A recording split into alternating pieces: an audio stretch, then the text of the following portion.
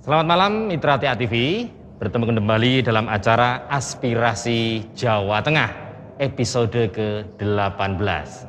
Dan malam hari ini mengambil tema tetap waspada meski corona mereda. Tentunya seiring dengan penurunan angka positif COVID-19, berbagai kelonggaran mulai dari kehidupan, semua lini kehidupan mulai dilonggarkan. Dan ini juga harus menjadi sebuah kewaspadaan kita, karena tentunya masyarakat tetap harus menjaga protokol kesehatan. Dan malam hari ini selain saya ada di menemani Anda, juga hadir secara spesial menemani kita terus, yaitu Pak Bonaventura. Selamat malam Pak Bona. Loh, siapa penjenengan yang saya tunggu tuh Mbak Ovid dari tadi. Gitu. Kok munculnya kok lebih sepuh dari Mbak Ovid? Mohon maaf, saya mengkudeta acara panjenengan. Saya Pak Leknya Ovid. Ini mesti diklarifikasi pada pemirsa TA TV dimanapun berada. Nggih, Pak. Yang saya tunggu tuh Mbak Ovid. Oh gitu. Tapi Pak Leknya yang luar ya. Pak Leknya ini Ovid baru acara di luar kota, karena memang untuk sebuah berlian dan juga untuk segenggam harapan ini Pak. Oh, nggih. Bisa-bisanya Pak Lek ini seperti itu. Tapi nggak apa-apa lah. Baiklah, mungkin kita mulai saja mungkin. Oh gitu. Kira-kira malam hari ini tamu ya. Tamunya siapa saja nih Pak? Karena tema kita malam hari ini adalah tetap waspada meski COVID mereda. Ya, tamu kita yang pertama adalah Bapak Kuatle Abdul Qadir Al-Katri. Beliau adalah Wakil Ketua DPRD Provinsi Jawa Tengah. Oh, yang tidak asing lagi bagi para pemirsa TA TV dimanapun berada. Monggo Pak Abdul Qadir. Monggo Bapak. Aturan Binara, Bapak. Monggo Pak. Mungkin di tengah Pak. Ya. Terima kasih. Ya, monggo. Wilujeng dalu. Ya, terima kasih. Monggo, masih ada 2 tamu lagi diaturi Binara. Ya, berikutnya Bapak Dr. Yulianto Prabowo MKes selaku Kepala Dinas Kesehatan Provinsi Jawa Tengah. Monggo, Dr. Yuli. Selamat malam, Pak Dokter. Saya di sana. Oh iya, monggo. Dan juga yang ketiga ini Pak Bona juga hadir bersama kita. Ini ada Dr. Keli Hardiono selaku pengamat kesehatan. Monggo Dr. Keli, aturan Pinara. Monggo. Nggih, dalu Pak. Monggo. Salam sehat selalu Pak. Jiji monggo Pak. Monggo sini Dokter. Nggih. Dan tentunya malam hari ini nanti akan ada dialog-dialog yang menarik, dialog interaktif juga, karena sesuai dengan tema kita, intinya kita harus tetap waspada gitu Pak Bonaji. Tapi kita ucapkan terima kasih dulu pada Deniklo and his friend yang telah mengiringi jalannya acara ini. Iya Pak. Begitu, bisa kita mulai saja? Bisa kita mulai. Jadi pemirsa TA TV, baiklah kita ikuti diskusi kita yang sangat menarik ini karena tema tetap waspada meski COVID mereda. Monggo Pak. Pertama, ingin nyon perso terlebih dahulu pada Pak Kadinkes ini, Pak Yuli. Untuk kesekian kalinya Pak Yuli menyemarakkan acara ini kan begitu. Ya, terima kasih diundang. Iya. Ya memang yang paling berkompeten untuk kebijakan penanganan COVID-19 Pak Yuli kan begitu. Begini Pak Dokter. Ya. Kondisi COVID sebenarnya di Jawa Tengah kondisi pun dos pundi. Kita mengenal ada yang level 2, level 3 masih ada, tapi juga sudah ada yang level 1. Namun yang zona hijau kok kita juga belum dengar ya. Apakah memang nantinya memang ada klasifikasi zona hijau dalam arti sudah tidak bukan masuk level 1. Kemudian level 2 dan level 3. Kalau level 1 nampaknya Semarang dan Tegal kalau nggak salah. Itu apakah sudah ada yang level 1 di daerah lain Pak Yuli? Monggo Pak. Jadi leveling itu tidak hanya ditentukan tingkat penularan. Jadi ada 3 variabel indikator ya. Pertama tingkat penularan. Lalu yang kedua adalah respon ya. Lalu yang ketiga adalah cakupan vaksinasi. Nah ini yang menentukan sekali, cakupan vaksinasi ini, ya. Dan leveling itu hari ini sudah ada leveling baru lagi nih hari ini. Hari ini? Ya, mulai leveling tanggal 2 ini. Level 1-nya ada 4 sekarang. Oh sekarang 4. Ya, jadi tambah Demak, Tegal, Tegal, Kota Semarang, Demak sama Magelang. Oh, Magelang. Alhamdulillah. Iya, iya. Iya. Jadi sebenarnya kalau tingkat penularan di Jawa Tengah itu sangat-sangat rendah saat ini. Pada level yang sangat rendah sekarang ini, ya. Jadi kasus baru harian itu sekarang di bawah angka 100, ya. Padahal standar WHO wilayah yang terkendali itu adalah kasusnya di bawah 10 per 1 juta penduduk per hari. Jadi kalau Jawa Tengah penduduknya 35 juta, asal di bawah 350 kasus, sebenarnya bisa kita katakan sudah terkendali. Dan saat ini malah di bawah 100. Ya, ya cuma 65 dapat kasus diasumsikan hari ini sudah terkendali. Ya, lah moga-moga ini terus, kondisi ini terkendali seperti ini terus, dan paling tidak sebenarnya sudah 3 minggu, 4 minggu ini memang kasusnya iya, melandai atau melantai. Sudah melantai karena apa? Sudah sangat-sangat rendah. Dan hari ini sebenarnya kondisi terendah selama pandemi. Ya. Lalu jumlah kematiannya juga hanya 1 digit lah sekarang ini. Jadi kalau kita bandingkan pada saat puncak pandemi bulan Juli ini kan kasus kematian hariannya itu di atas 300-an ya. Tapi hari ini hanya 1 digit ya, hanya 4, hanya 5 seperti itu. Artinya apa? Kondisi ini sekarang udah bagus. Sekali saya mengucapkan terima kasih pada masyarakat yang sampai saat ini juga taat ya melaksanakan 3M. Lalu teman-teman tenaga kesehatan juga sudah melaksanakan 3T dan sebagainya. Saya ucapkan terima kasih. Moga-moga kondisi ini terus kita pertahankan seperti ini, Pak. Ya. Nuhun sewu Pak Yuli. Apa yang menyebabkan sekarang ada penambahan level 1 dari 2 menjadi 4, tambahan Demak dan Magelang? Kira-kira apakah itu berhasilnya vaksinasi yang sudah hampir merata di kedua daerah tersebut? Apakah karena meningkatnya pola kesadaran hidup baru, kita harus bersahabat dengan COVID-19, Pak Yuli, menurut pengamatan dari Dinas Kesehatan? Saya kira banyak faktornya ya. Banyak faktor. Ya, tidak hanya satu saja saya kira. Nah, salah satunya adalah vaksinasi. Cakupan vaksinasi kita sekarang ini sudah di atas 60% untuk skala Jawa Tengah ya. Dari 35 kabupaten kota itu? Iya. Jadi sasaran vaksinasi kita itu 28.700.000 orang di Jawa Tengah. Umur 12 tahun yang sudah bisa divaksin, ini sudah 60% lebih ya. Ini pertama itu. Lalu kedua, prokes yang kita laksanakan tetap ya. Masyarakat tetap taat melaksanakan protokol kesehatan itu. Lalu tes lacak isolasi juga tetap kita lakukan. Jadi berbagai faktor tersebut selain karunia Tuhan Yang Maha Esa ya Pak ya. Oh ini penting ini. Karunia ini artinya dari semuanya itu maka kondisi kita seperti ini bagus. Begitu ya. Nggih. Matur nuwun, kita bergeser dulu kepada pengampu kebijakan ini. Kalau Pak Yuli kan yang melaksanakan kebijakan yang diambil oleh DPR kita.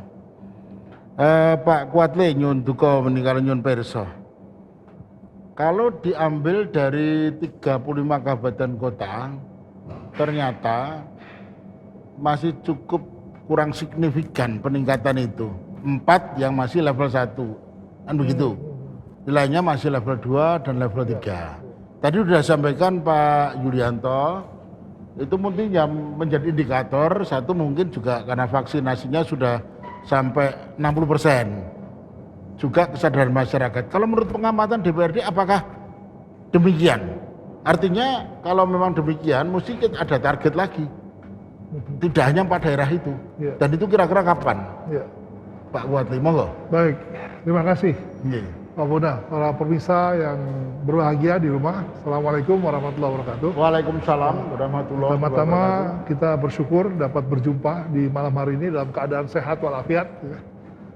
Kemudian yang berikutnya tadi seperti pertanyaan Mbak Bona, kami dari DPRD terus terang mengapresiasi semua pihak yang bekerja keras untuk mencegah penularan COVID ini dari berbagai segmen ya, misalnya dari Satgas COVID di setiap daerah kabupaten kota, kemudian tokoh masyarakat yang nakes yang juga selalu di garda terdepan ketika terjadi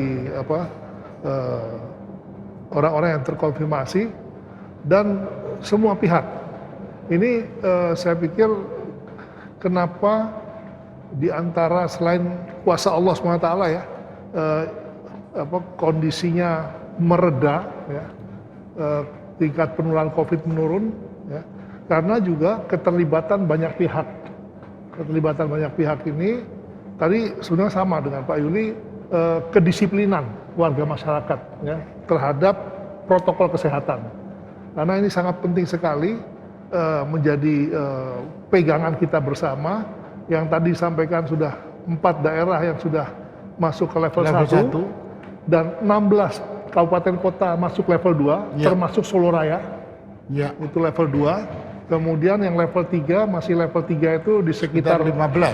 Ya, 15 di Brebes, Pemalang, dan seterusnya, Kudus ya. Nah, kita berharap dengan usaha bersama ini pada saatnya mencapai pada titik yang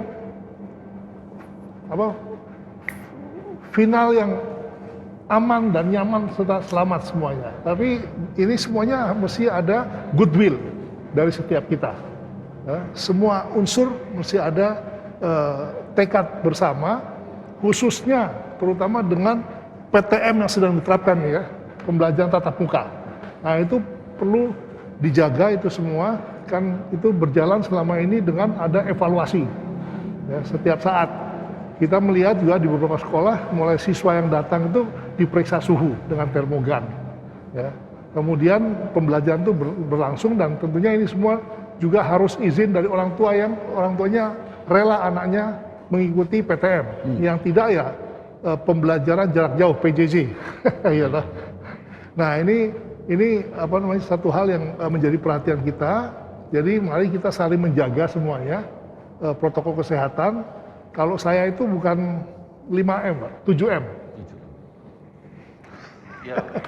Jadi memakai masker, mencuci tangan dengan sabun, kemudian menjaga jarak, ya, kemudian menjauhi kerumunan, menghindari mobilitas, kemudian mengatur pola makan, pola hidup, ya, olahraga, ya, kemudian gizi makanan, tidur cukup, dan yang berikutnya adalah memperbanyak zikir dan doa. Wah, ini Pak, dirangkum semuanya. Kalau diperas hanya jadi 1M, Pak. Apa itu? Manut. Manut. Iya. Jadi ini penting sekali karena dialah yang berkuasa dan kita selalu berdoa supaya COVID-nya segera sirna, diangkat dari bumi Indonesia dan dari muka bumi ini. Ya, artinya Pak Kuatli, ya, menurut Panjenengan berarti cukup berhasil program penuntasan COVID-19 ini di Jawa Tengah? Bisa dikatakan begitu. Bisa ya. Dan ini berkat kerjasama semua pihak. Ya, masyarakat, tokoh masyarakat, Satgas COVID di daerah itu ya yang mengawal, pemerintah, swasta, perguruan tinggi, media, semua. TATV. Ini yang paling penting, Pak. Ya supaya balik nanti bisa ganti COVID terus di sini ya gitu ya. Karena nanti roda perekonomian tetap berjalan gitu, Pak. Matur nuwun Pak Kuatli. Ke Dokter Klik, nyuwun sewu dokter. Masyarakat sekarang merasa sudah kayaknya COVID itu sudah tiada. Menurut pengamatan dokter bagaimana itu? Banyak yang sudah melonggarkan diri, nggak pakai masker, bioskop sudah dibuka, pelajaran tatap muka sudah mulai dilakukan. Ini tren seperti ini cukup mengkhawatirkan atau bagaimana menurut dokter?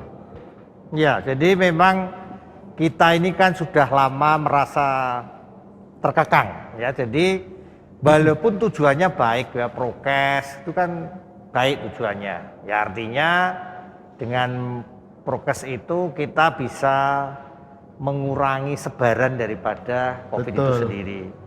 Tetapi secara psikis mungkin orang yang normal tidak biasa pakai masker harus pakai masker. Dulu orang pakai masker itu cuma dokter bedah. Ya, terus sekarang setiap orang harus pakai masker. Dan kalau dulu hanya di tempat tertentu, sekarang harus di semua tempat seharusnya pakai masker misalnya. Kemudian juga kerumunan dan sebagainya. Maka dengan COVID yang sudah menurun ini, ya kasarannya orang itu merasa lego, ya. Ya boleh saja senang, tapi ya tugas kita ini sebetulnya terutama pemangku-pemangku kebijakan itu harus selalu mengingatkan. Karena prinsipnya kalau tidak diingatkan orang itu lupa. Itu prinsip. Wong diingatkan saja ada sebagian dalam tanda petik yang nekat. Ya, kita tidak usah sebut itu ada. Lah apalagi tidak diingatkan. Jadi kalau menurut saya biar yang nekat tapi diingatkan terus itu jangan sampai bosen. Karena kalau yang mengingatkan ini sudah bosen atau malah yang mengingatkan ikut seneng-seneng malah buka masker dan seterusnya misalnya, ya nanti harapan kita untuk yang melandai atau melantai menurut Pak Yuli tadi tidak tercapai. Jadi kalau menurut saya itu, walaupun semua boleh mengaku ini kita berhasil, alhamdulillah ya. Tapi memang COVID itu sendiri kan masih misteri ya. Jadi kayak angin topan yang lewat ya ngebruk ke warna-warna mateni wong warna-warna. Ya, tapi jangan ya hilang sampai. sendiri. Ada yang Angin yang lewat ya. Ini menurut saya loh ya, karena saya karena COVID belum ada bukunya yang baku. Ya, jadi semua itu mencoba-coba saja.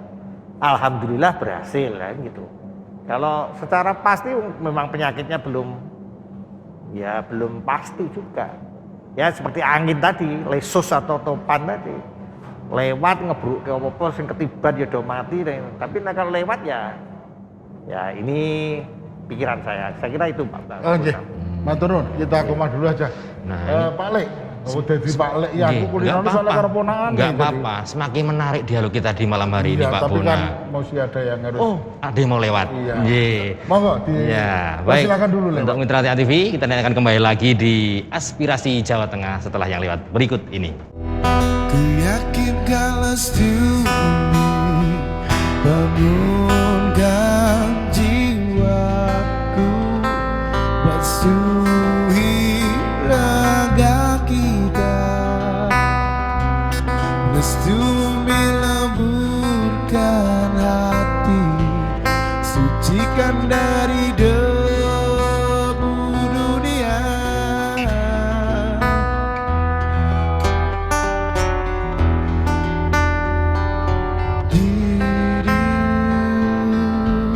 Sucikan dari debu corona.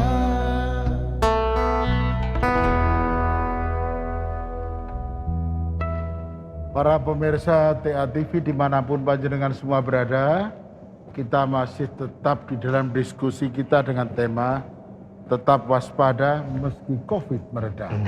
Pak Lek, Nggih, pripun ini Pak kita Bona? ikut diskusi seperti Nggih. ini, jangan-jangan sampean malah belum vaksin ini. Wah, itu warga yang tertib Pak. Saya sudah vaksin 2 kali, buktinya Tenang, ada, sertifikatnya ada Oh, Pak. ada. Tapi sebenarnya itu saya takut vaksin Pak. Loh kenapa? Karena takut jarum Pak saya. Loh, Pokoknya tapi sing kok divaksin? divaksin saya mau Pak, karena yang nyuntik itu cantik Pak kemarin. Waduh, urusan. Repot nih, repot pemirsa. Kalau seperti ini repot ini sudah. Kemarin jarum suntik yang tajam itu saya takut Pak. Iya. Yang tajam-tajam apalagi omongan tetangga Pak, yang tajam saya juga takut Pak. Iya, iya. Baik, kita mulai lagi Iya, diskusinya. tentang vaksinasi ya Pak. Iya, Nanti, Pak, ngomong ya. sampai-sampai malah kacau terus ini nanti. Iya. Begitu. Ini kembali ke Pak Kadinkes. Nuwun sewu Pak. Ini Pak COVID itu seperti ini ternyata. Iya Pak. Gelem vaksin mergo sing nyuntik ayu kan repot itu. Aduh, repot-repot itu. Ada juga yang karena ke mall itu harus divaksin, maka pada enggak takut divaksin lagi sekarang. Anjir. Pak Yuli, Ya, ya. tadi penjenengan sampaikan bahwa untuk proses vaksinasi di Jawa Tengah sudah hampir 60% ya. Iya, iya. Namun perbedaan antara level 1 tadi ada 4 daerah. Iya. Sementara yang masih level 3 itu Iya. ada masih 15. Iya, iya. Brebes dan sekitarnya itu. Iya, iya. Nah, kalau kita lihat ini indikasi apa, Pak? Apakah kulturnya sama, tipikalnya sama, Iya. secara antropologis pendekatannya sama masyarakat Jawa Tengah. Iya, Tapi iya. kok bisa Tegal itu malah dekat? Tegal kan masuk dekat Brebes, tapi Brebesnya masih level 3, sementara Tegal level 1, Iya. kan begitu. Kira-kira indikatornya apa itu, Pak Ya, ya. Yuli? Jadi saya sampaikan dulu ya bahwa leveling tadi itu sebenarnya kaitannya dengan pelaksanaan PPKM, ya.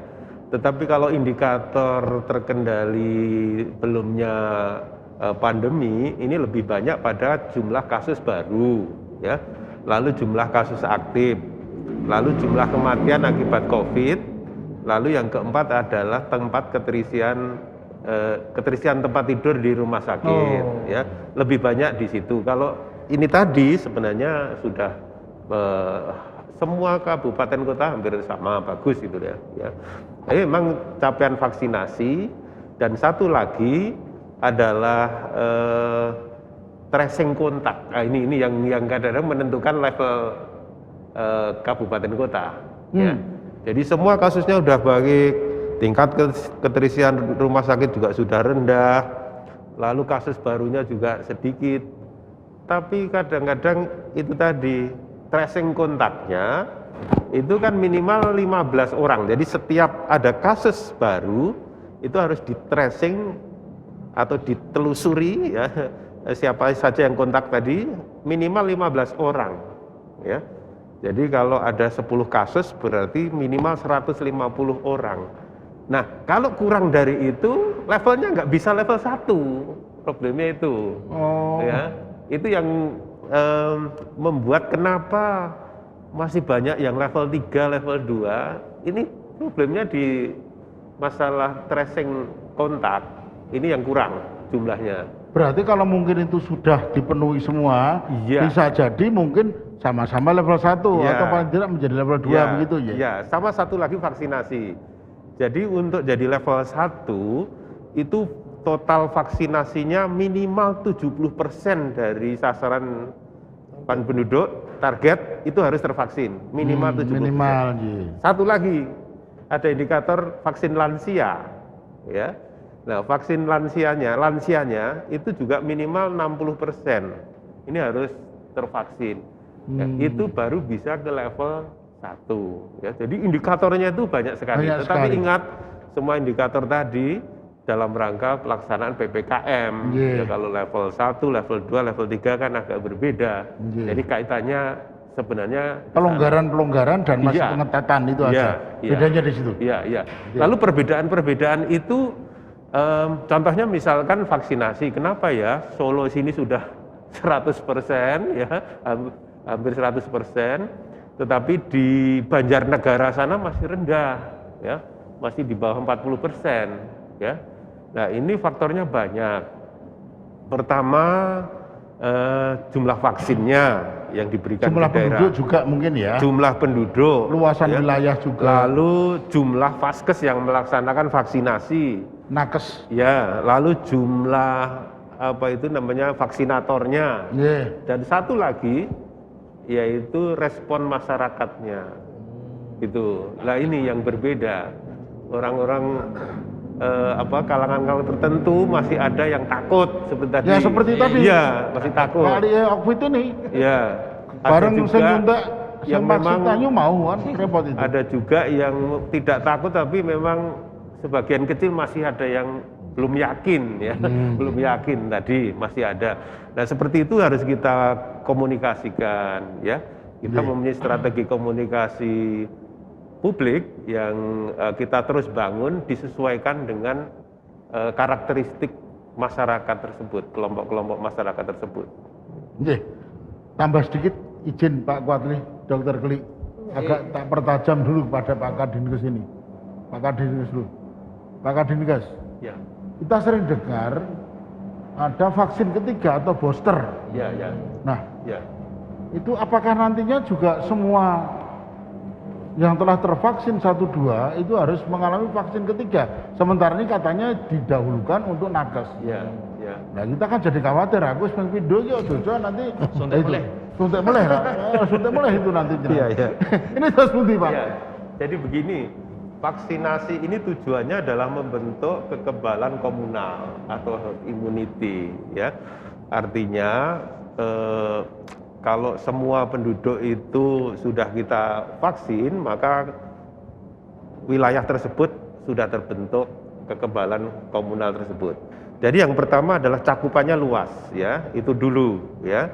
Nah, kalau cakupannya luas berarti sebanyak mungkin orang itu bisa divaksin, itu dulu. Entah itu vaksin pertama atau vaksin kedua, tidak usah mikir vaksin ketiga dulu, gitu ya. Nah, kita baru mengejar ke situ, mengejar ke vaksin 1 dan kedua dulu. Kalau semuanya sudah, mungkin baru nanti menginjak ke booster ya, ketiga.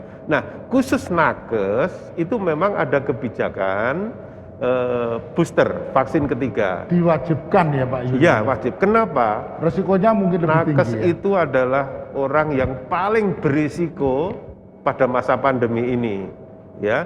Dia merawat pasien COVID, ya, setiap hari kontak dengan orang COVID, sehingga risikonya paling tinggi, ya. Lalu yang kedua, pada masa gelombang kedua kemarin, banyak nakes yang sudah divaksin 2 kali, tetapi banyak yang terkena kembali dan banyak yang meninggal, ya. Kenapa begitu tadi? Risikonya paling tinggi.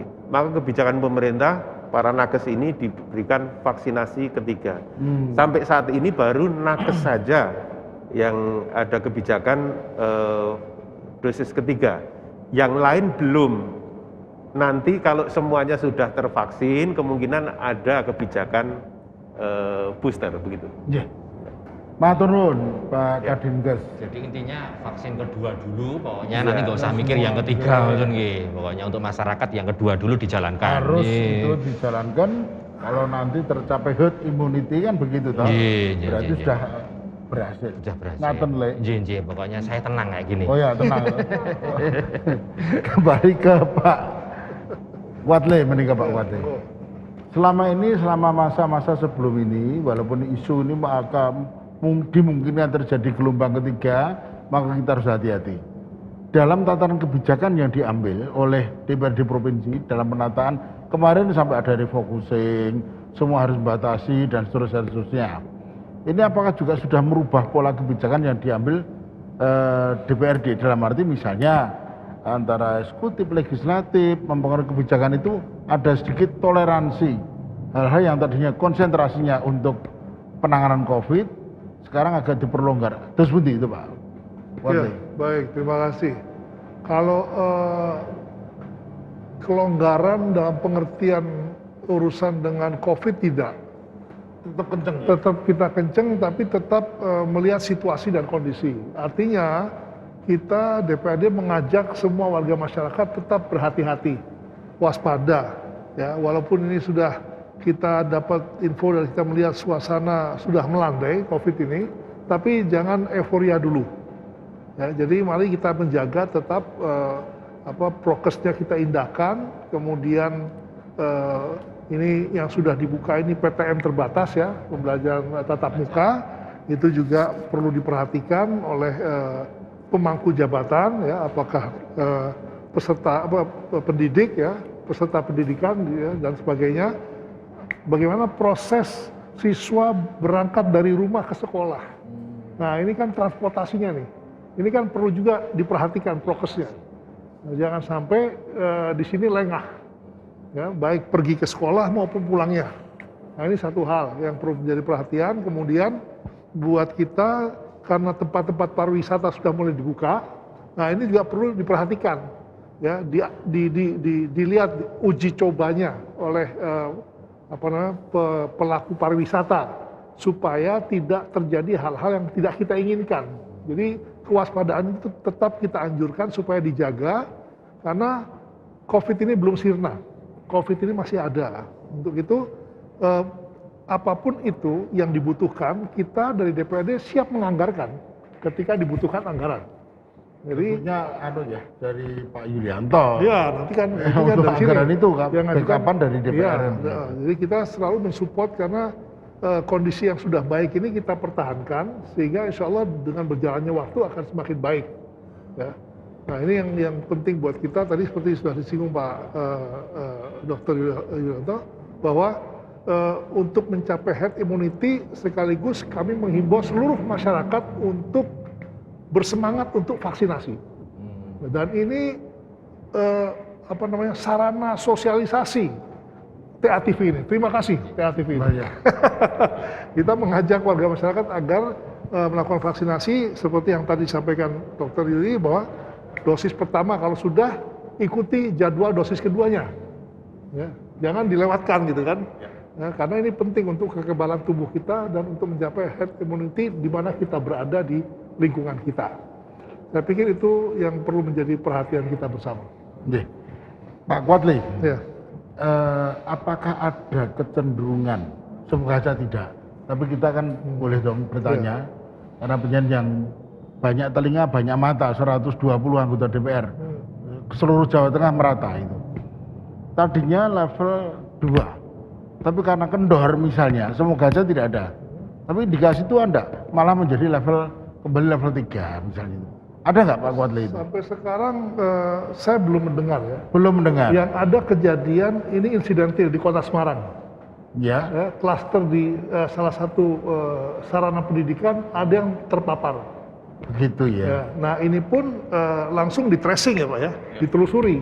Nah ini di lokal itu dilokalisir, jadi bukan semua sekolah di Semarang ditutup, tidak, tapi sekolah itu di tracing, kemudian ditutup sementara untuk dievaluasi dan sekaligus di treatment ya, yang terkena itu, baik apakah itu siswa ataupun tenaga pendidiknya. Jadi selalu seperti itu dan kita selalu melihat kondisi lokal di wilayah itu.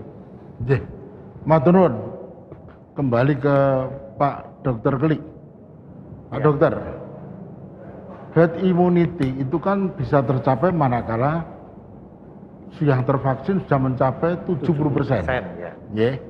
Padahal Dr. Yulianto tadi selaku Kadingas melihat sekarang ini capaiannya baru sekitar 60%, tapi sudah menurun drastis.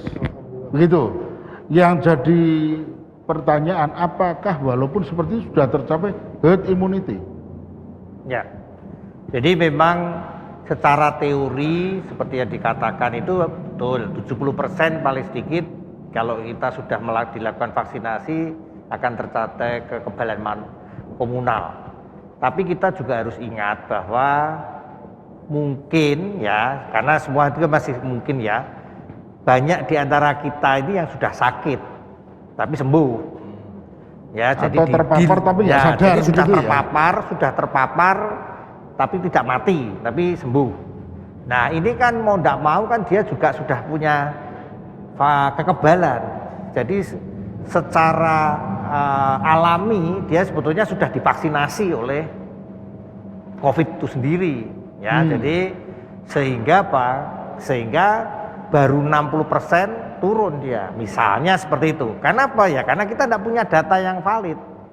Banyak di antara kita yang mungkin dianggap flu atau dianggap apa, padahal itu COVID misalnya, sembuh, ya kan? Karena apa? Karena memang banyak teori, memang kita juga mengapresiasi apa kerja pemangku kebijakan ini, tapi juga banyak misteri yang masih dalam tanda petik tidak bisa kita jelaskan. Karena kalau secara teori sebetulnya yurung mulai medun, tapi kok nyatanya Indonesia juga medun. Turun misalnya. Ya ini mungkin kalau kita yang dunia beragama ya mungkin ya itu karena Tuhan urip kan sakarepe Gusti Allah. Ya toh? Ya jadi mbok kowe ngopo wae nek urip Gusti Allah ngono, jadi hidup tuh sakarepe Gusti Allah, sakersane Gusti. Intinya sehingga apa ya boleh aja kita melakukan teori ini teori itu ya. Seperti contohnya itu tadi kita belum 70% tapi sudah turun. Nah, salah satu jawaban saya adalah mungkin banyak orang yang kena sembuh. Ya, sehingga dia secara adalah vaksinasi secara alami. Nah, ini walaupun tidak ada data yang bisa kita sodorkan untuk itu. Ya, karena apa ya? Mungkin dia sakit enggak di swab, enggak di padahal kan anunya harus ada standar yang kita harus harapkan. Tapi yang jelas turun, apapun teorinya, entah itu herd immunity, entah sakersane Gusti tadi, yang jelas turun.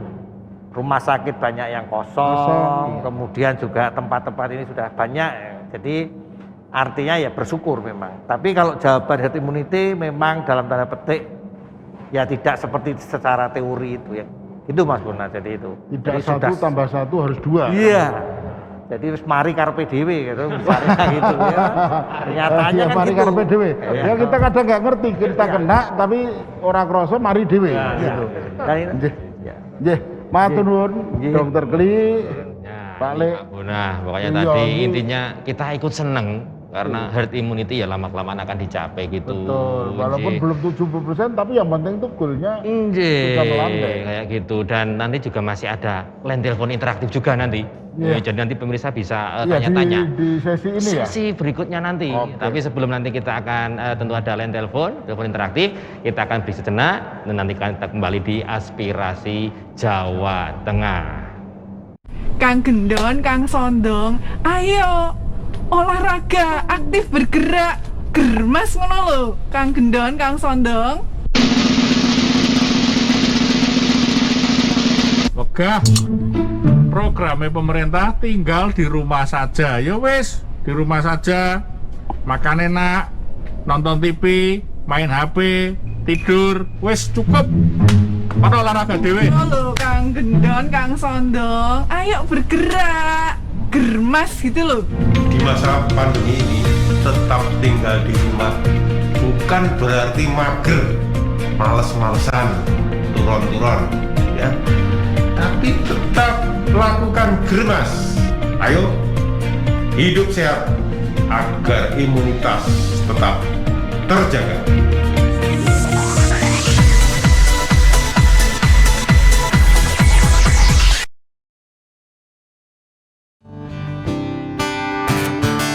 Tetes air mata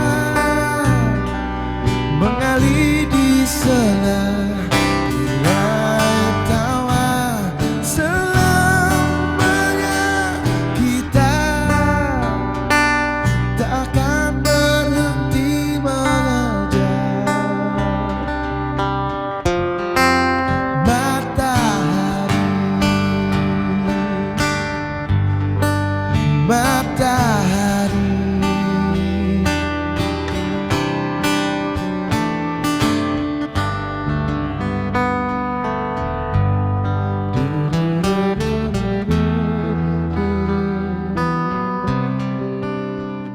Matahari. Mitra TA TV, kembali lagi di Aspirasi Jawa Tengah, tetap dengan tema tetap waspada meski COVID mereda.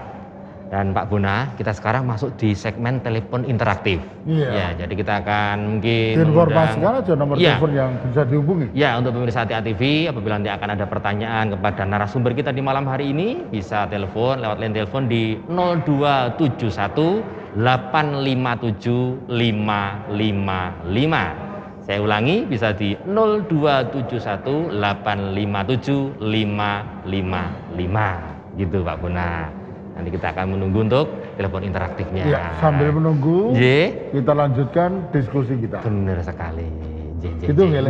Monggo Ya. nanti kita sambil nunggu. Kembali ke Pak Kadinkes, ini yang mesti banyak kita nyuwun pirsa.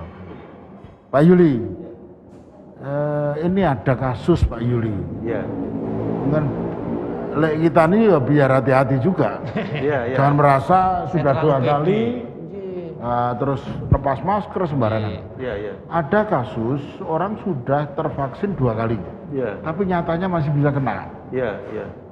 Itu kenapa? Apakah lalu artinya vaksin lantas apa udah 2 kali bisa kena Pak? Ya, ya.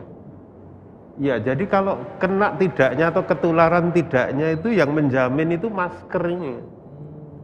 Masker, jaga jarak, cuci tangan, ya. 3M itu yang menjamin kita tidak ketularan, ya. Kalau ada asumsi Pak Yuli, Ya. mata juga Pak Yuli katanya. Ya, maksudnya virus masuk ke tubuh ini Iya, ya. jadi ngucek mata, Iya, kita tanpa iya. bisa lewat mata. Jadi walaupun divaksin, kalau tidak taat prokes ya bisa kena. tetap harus Tetap harus harus melaksanakan 3M gitu. Walaupun kalaupun kena atau ketularan, yang sudah divaksin itu lebih imun ya dibandingkan yang tidak. Ya, artinya apabila kena itu tidak fatal gitu biasanya. Iya. Ya, tidak sampai fatal ya, tetapi kan kita tidak mau ya gejala ringan, sedang atau berat juga tidak mau toh. Jadi saya anjurkan walaupun sudah divaksin tetap harus melaksanakan protokol kesehatan itu dengan baik supaya kita tidak ketularan gitu. Iya. Nah, ini mengembang lagi. Sudah baca kemarin ya, Lek ya. Jadi ada berita-berita seperti Singapura. Ya. Itu bahkan sudah hampir 100% semua tervaksin. Ya. Malaysia juga. Ya. Tapi terjadi peningkatan cukup signifikan, bahkan dikatakan masuk gelombang ketiga. Ya. Yang jadi kekhawatiran kita masyarakat Indonesia, Ya. ojo-ojo nanti sampai ke kita Pak Yuli. Itu sudah seperti itu isu itu. Ya, jadi tadi menyambung diskusi sebelumnya tadi ya. Jadi ada teori namanya triad epidemiologi ya, bahwa penyakit itu timbul karena ketidakseimbangan antara bibit penyakitnya ya. Dalam ini kalau COVID ini ya virus COVID-nya itu, lalu yang kedua inangnya, orangnya, tempatnya ya. Iya, kan virus COVID itu tidak bisa hidup kalau tidak ada di manusia atau di tubuh ya. Jadi dia tidak akan hidup di alam bebas begini, ya paling sebentar mati gitu. Lalu yang ketiga ada lingkungan. Jadi ada 3 faktor yang mempengaruhi ya. Selain manusianya, kalau manusianya ikuti protokol kesehatan, sudah divaksin, berarti sudah bagus, gitu ya. Tetapi ada satu faktor lagi itu tadi, virusnya. Lah, virusnya itu mempunyai perilaku bermutasi terus. Terus itu berubah terus ya? Iya, setiap menular dari satu orang ke orang yang lain, itu dia akan bermutasi. Nah, bermutasi itu kalau mutasinya lebih nanti menghasilkan virus-virus baru yang lebih ganas, lah ini yang membahayakan. Maka kita di gelombang kedua itu kan virusnya beda dengan yang gelombang pertama. Yang kedua ya. Delta ya. Delta, yang pertama bukan ya. Nah, ini kita harus menjaga. Di dunia ini ada beberapa varian of concern ya. Virus-virus baru yang tingkat penularannya tinggi dan fatalitasnya tinggi sudah ditengarai itu ya, di negara-negara Eropa sudah ada itu. Nah, itu yang tugas kita itu kita harus cegah ini jangan sampai masuk Indonesia ya. Virus-virus varian baru itu jangan sampai masuk Indonesia. Maka di pintu-pintu negara masuk Indonesia seperti di pelabuhan, di bandara ya internasional, seperti itu kita lakukan tracing ketat. Iya, surveillance ketat di situ supaya tidak ada kasus baru, varian baru masuk Indonesia. Karena itu kalau jenis variannya sama dengan yang kedua apa beda Pak Yus? Sudah beda, sudah bukan delta lagi. Bukan delta lagi. Sudah delta lagi. Cenderungan lebih ganas lagi ya? Iya, ya. Ini yang harus kita cegah. Non sewu, kayaknya ada. Oh ya, telepon masuk. Ada yang mau telepon, silakan. Oke, halo, selamat malam. Halo, selamat malam. Dengan siapa? Di mana ini?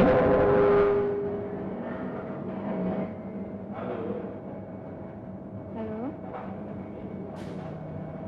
Saya mau bertanya Pak.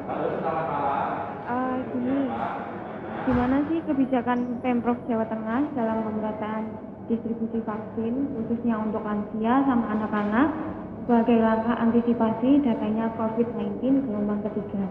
Terima kasih. Itu mungkin karena melalui live streaming ya, jadi melalui HP agak delay, kita nggak sempat dengar. Ya. Mungkin kalau nanti Mbak, mohon maaf karena kita tidak bisa merespon dengan penuh. Jadi mungkin nanti bisa masuk lagi sambil kita teruskan dulu. Betul, Karena iman-iman waktunya mumpung pinanggih pakar-pakar yang sangat kompeten di bidang itu. Gitu. Iya Pak Yuli, jadi tetap walaupun sekat-sekat di pintu masuk Indonesia sudah dilakukan, tapi yang utama dan terutama tetap standar prokes itu harus diperketat lagi ya. Iya. Maka kenapa ada prosedur bagi orang asing atau orang dari luar negeri masuk Indonesia harus dilakukan karantina dulu, ya.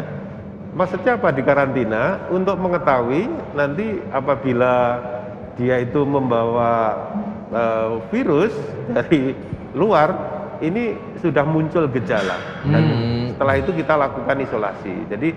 Jadi karantina itu penting untuk mengetahui seseorang itu terinfeksi apa tidak, ya. Nah, jadi prosedur itu cukup ketat, termasuk yang di Bali yang sekarang ini sudah dibuka untuk wisatawan asing. Tetapi protokolnya tetap harus melakukan karantina dulu, paling tidak 5 hari. Nah, seperti itu. Itu upaya-upaya kita Indonesia dalam rangka mencegah masuknya virus-virus varian baru ke Indonesia. Oke. Matur nuwun Pak Yuli. Pak Kuatle, Nun Sewu. Pelajaran tatap muka ini sudah banyak diselenggarakan, namun ada kasus di Semarang sehingga terpapar, kan begitu. Dan itu tidak tertutup kemungkinan itu bisa terjadi di daerah lain, karena sempat pelajaran tatap mukanya itu akhirnya ditunda 1 minggu sampai ini dilakukan tracing, kemudian juga macam-macam lah untuk penanganan tersebut. DPRD Provinsi Jawa Tengah dalam menanggapi fenomena ini.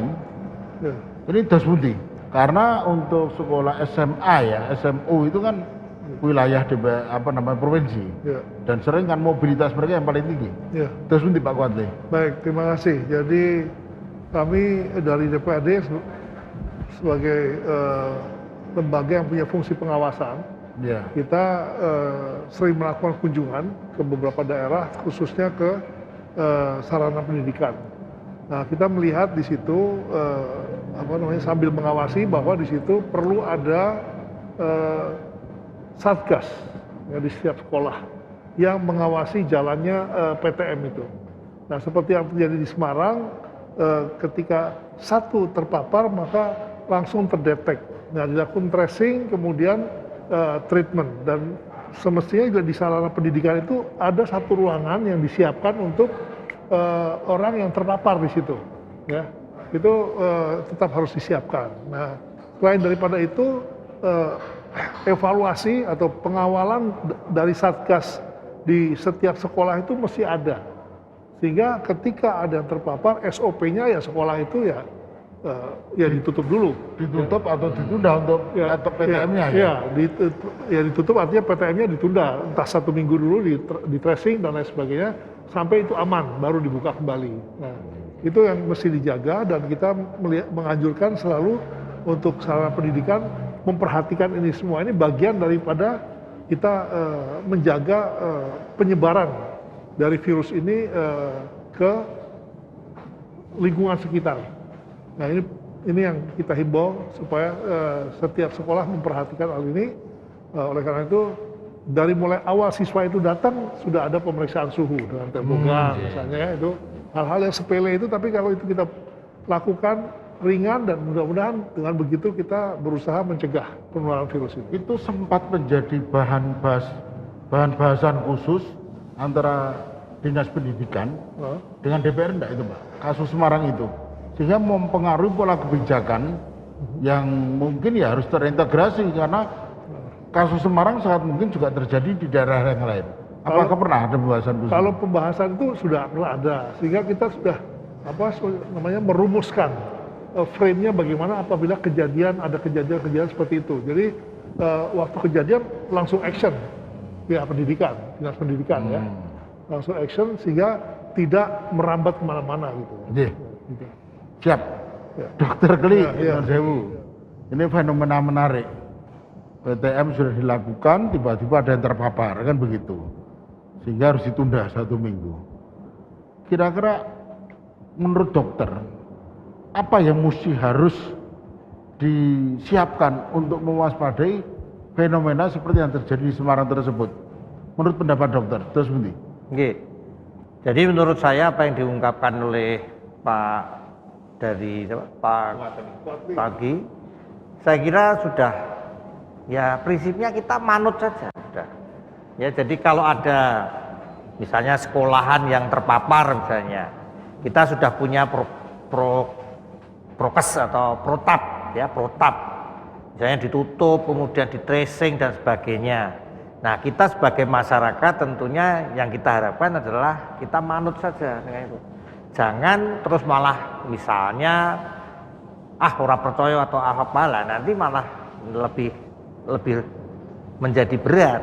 Jadi kalau menurut saya sebagai masyarakat yang penting tenang, ya kemudian protapnya kita jalankan, ya kita manut, ya artinya dalam hal ini pemerintah, ya artinya minat pemerintah dengan segala perangkatnya, kan mereka sudah lebih tahu daripada kita. Karena kalau kita tidak mengikuti apa yang diprogramkan atau dianjurkan oleh pemerintah, nanti malah kita khawatirnya malah menambah masalah.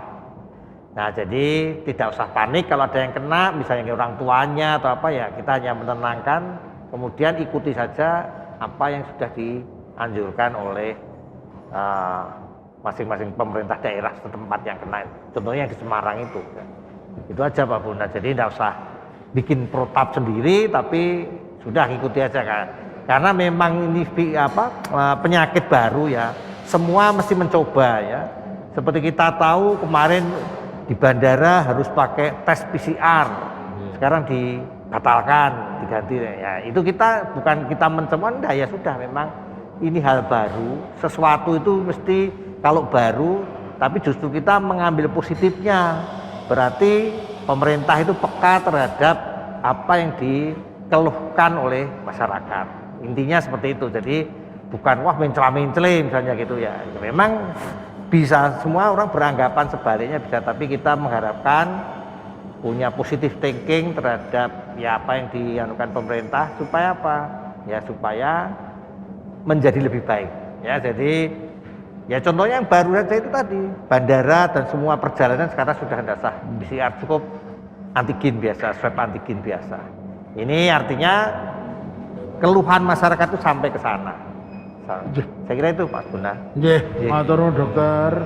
Nah, itu sebenarnya ada satu pertanyaan saya ini, karena saya juga punya anak yang sedang sekolah juga, ikut PTM juga. Saya kemarin juga sempat khawatir gitu, diizinkan nggak ikut PTM ya gitu Pak, karena melihat beberapa berita-berita yang gitu. Mungkin nanti bisa ditanyakan di segmen berikutnya.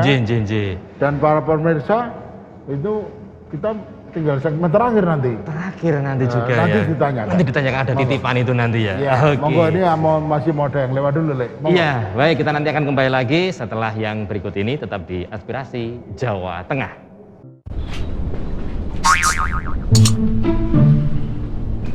Dari ibu hamil kuwi wis entuk vaksin COVID. Mbok aku diterke vaksin. Nggak usah, gua udah malah merojol. Ibu hamil rentan menderita COVID-19, sehingga perlu dilindungi dengan pemberian vaksinasi. Vaksin COVID-19 aman diberikan kepada ibu hamil yang telah memasuki umur kehamilan lebih dari 13 minggu atau masuk trimester kedua. Jangan tunda lagi, segera dapatkan layanan vaksin COVID-19 di tempat pelayanan vaksin terdekat.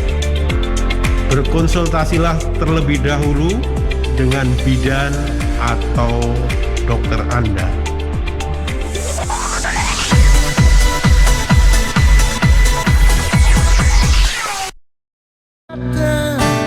Sumber informasi terkini, berita masa kini, aspirasi Jateng. Sumber informasi, berita masa kini, hanya di TA TV, hanya di TA TV.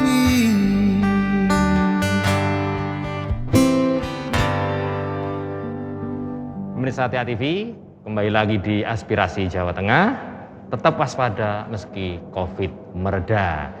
Pak Bona, kali ini kita sudah di segmen keempat, sudah banyak informasi yang kita dapatkan, tapi saya yakin masih ada beberapa catatan yang ingin disampaikan Pak Bona. Masih, Monggo. dan nanti mungkin Selamat mungkin mau nanya, enggak apa-apa. Nanti saya ada titipan dari tetangga-tetangga, Pak. Oh iya. Kita mulai lagi aja. Monggo. Pak Yuli, nyun dukoh, ini penting sekali. Karena penggunaan masker ini sangat banyak. Iya. Paling tidak satu orang itu kan mesti mengkonsumsi bisa selama pandemi ini bisa lebih dari 20 atau 20 masker itu dalam tiap bulannya. Iya. Nah, yang jadi persoalan, limbah itu kan buangnya sembarangan, Pak Yuli. Oh iya. Nah, apakah ada treatment khusus? Sebaiknya dibagaimanakan limbah itu? Malah ada kemarin pada waktu masker masih mahal, dicuci dijual lagi. Itu ada isu seperti itu. Iya, betul itu. Nah, ini langkah yang baik terus Bunti. Ini yang pertama, sambil yang kedua Pak Yuli. Iya. Ada monster varian baru namanya MU segala macam, itu bedanya dengan yang Delta apa itu, Pak? Oh iya. Ya, itu. Monggo Pak Yuli. Ya. Ini pemirsa kita pengen perso itu tentunya. Iya. Ya, jadi APD, alat pelindung diri, itu yang biasa dipakai masyarakat adalah masker ya, paling banyak. Nah, masker itu ada yang dibuat dari kain, yang bisa dicuci dipakai kembali. Nah, itu bagus ya. Cuci pakai air sabun ya, atau direndam dulu, terus cuci, itu lebih bagus ya. Nah, lalu kalau yang masker bedah gimana? Yang tidak bisa dicuci ulang ya, itu bisa dikelola sendiri oleh masyarakat ya. Bisa jadi masker-masker yang sudah dipakai dan mau dibuang itu tidak boleh langsung dibuang di tempat sampah gitu, tidak boleh ya. Harus di desinfektan dulu kalau ada. Kalau punya cairan desinfektan itu dikerucuk desinfektan dulu atau direndam ya. Kalau langsung dibakar itu gimana, Pak? Sebaiknya didesinfeksi dulu ya. Yang paling sederhana adalah dikom banyu sabun ya. Jadi saya kira sabun, entah itu sabun colek atau sabun cair atau sabun apa yang biasa nyuci, taruh saja di ember, lalu masker-masker yang dipakai itu dimasukkan ya. Nah, direndam dulu. Dengan direndam itu kan virus-virusnya sudah mati. Baru nanti dibuang di tempat sampah ya. Nah, sehingga nanti bisa dikelola selanjutnya. Itu yang paling sederhana, yang itu bisa dilakukan oleh masyarakat. Kalau varian baru tadi? Untuk varian baru memang ada varian-varian baru yang moga-moga tidak masuk Indonesia ya, yang sedang berkembang itu seperti banyak sih varian baru itu, ada lambda, ada gamma, ada mu ya. Semua itu namanya varian of interest ya, sedang ditemukan di beberapa negara dan itu bisa berpotensi menjadi nanti menular lebih luas lagi ya. Nah, jadi perbedaan varian-varian tadi adalah pertama itu tingkat penularannya, ya, cara penularannya ya. Itu bisa lebih cepat penularannya dibandingkan varian-varian sebelumnya ya. Lalu yang kedua adalah fatalitasnya, tingkat kematiannya itu bisa lebih tinggi seperti itu. Nah, kami di Jawa Tengah ini selalu melakukan surveillance atau pengamatan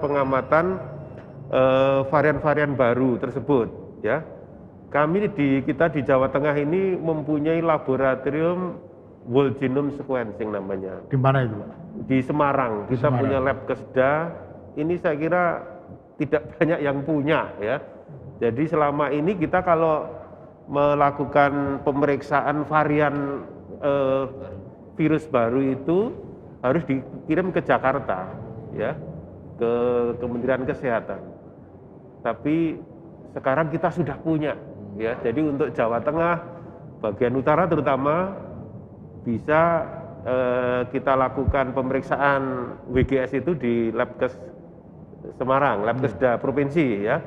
Lalu untuk Jawa Tengah yang selatan kami sudah kerjasama dengan laboratorium di UGM, di Fakultas Kedokteran UGM, ya terutama Jawa Tengah Selatan, bagian barat itu bisa dikirim ke sana. Tapi kalau mau dikirim ke Semarang, ke lab keseda kita, ya enggak apa-apa, kita terima. Jadi silahkan saja, kita sudah punya itu dalam rangka mengawasi Jawa Tengah ini agar tidak terjadi atau tidak kemasukan virus-virus baru seperti itu.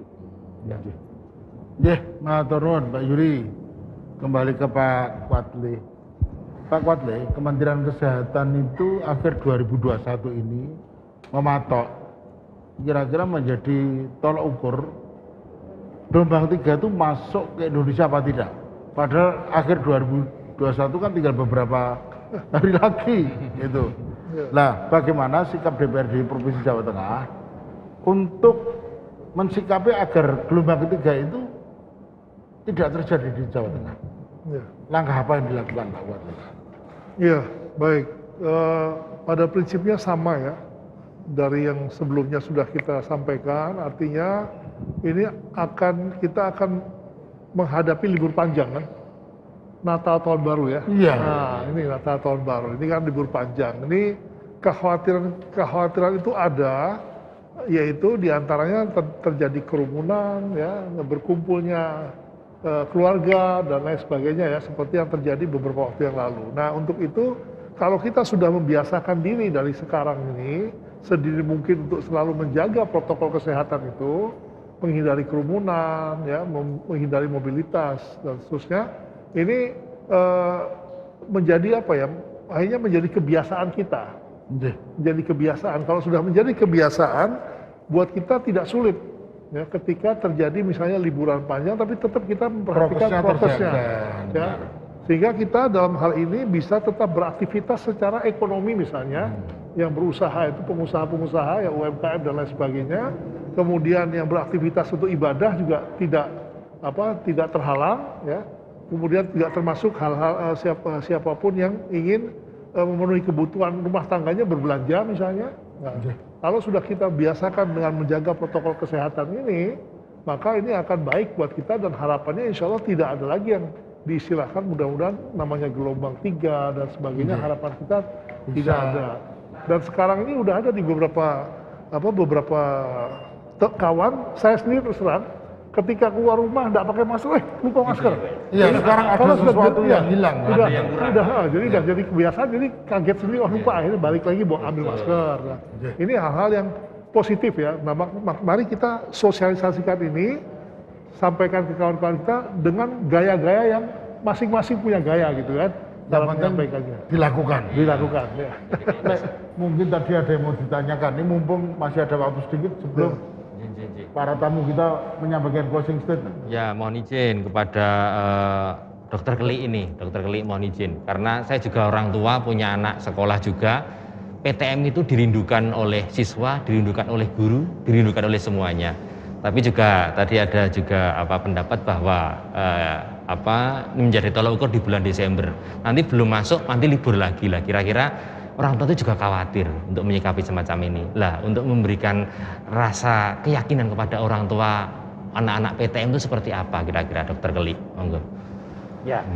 Jadi sebetulnya ya kembali kuncinya itu hanyalah taatilah prokesnya saja. Jadi kekhawatiran itu memang boleh ya.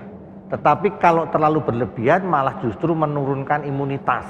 Nah, ini yang perlu disadari, perlu disosialisasikan bahwa kalau kita ini orang yang beragama pasti kita juga harus ada faktor Tuhan itu atau Gusti Allah itu harus ada ya. Walaupun kita tetap ikhtiar, dalam hal ini ikhtiarnya apa ya tadi prokes. Tetapi kekhawatiran ini yang perlu disosialisasikan, jangan terlalu khawatir. Khawatir boleh tapi terkontrol, istilahnya begitu. Karena kalau terlalu khawatir itu justru imunitas kita turun. Nah, karena stres toh, istiqonopo, wah, ini akibatnya malah justru kurang baik. Jadi ya biasa saja ya. Tentu kita ya berdoa pasti ya. Tapi intinya yaitu ikhtiarnya itu hanyalah taatilah prokes ya. Karena apa? Karena kadang-kadang yang justru masalah itu di rumah. Karena kita merasa saumah itu orang apa-apa, jadi tidak ada masker. Kalau di rumah kan tidak ada masker kita sebetulnya. Kalau ketemu kita di sini maskeran, tapi sebetulnya di rumah kita tidak ada yang maskeran. Ya kalau kita mau jujur. Nah, kalau ada satu yang kena di rumah itu, pasti ya kemana-mana. Termasuk tadi saya bincang-bincang sama Pak Yuli, sekolahan kena ditutup, padahal belum tentu yang menularkan itu sekolahannya, karena mungkin dapatnya dari rumah. Bisa jadi. Harusnya orangnya yang kena ini aja yang tidak usah di sekolah. Ya, tapi ya sudahlah. Kalau kita nanti ngikuti aja, karena sudah ada yang mikir ya toh misalnya begitu. Dan jangan terlalu khawatir, ya. Itulah karena itu. Imunitasnya nanti malah justru turun. Ya. Para pemirsa TA TV dimanapun panjenengan semua berada, saatnya kita dengarkan closing statement dari tamu-tamu spesial kita.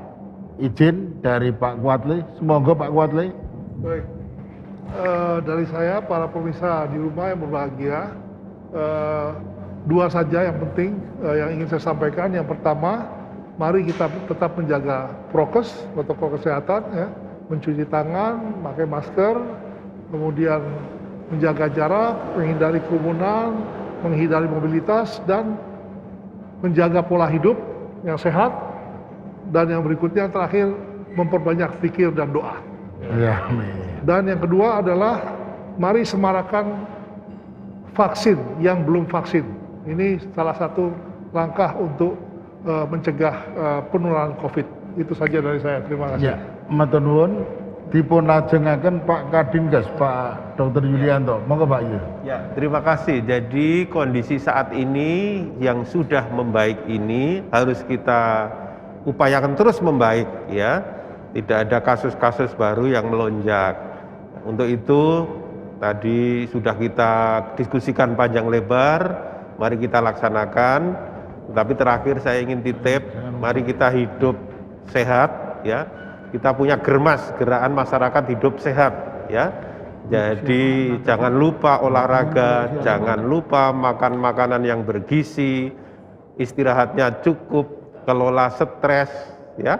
Ini semua adalah upaya-upaya kita supaya kita sehat, imunitas kita tinggi, sehingga kita